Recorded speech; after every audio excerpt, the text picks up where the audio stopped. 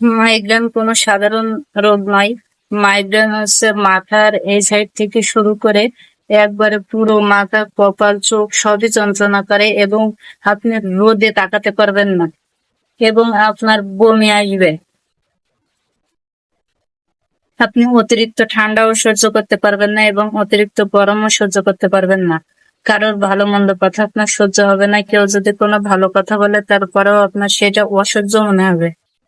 এই যন্ত্রণার কথা আপনি কাউকে বলে বোঝাতে পারবেন না। মাইগ্রেনের অনেক রকম ওষুধ আছে। তারপরেও যে ওষুধটা সাধারণত ডাক্তাররা দিয়ে থাকে সেটা হচ্ছে টাপনিল। টাপনিল ওষুধ খেলেও অনেকটা মাইগ্রেনের যন্ত্রণা ঠিক হয়।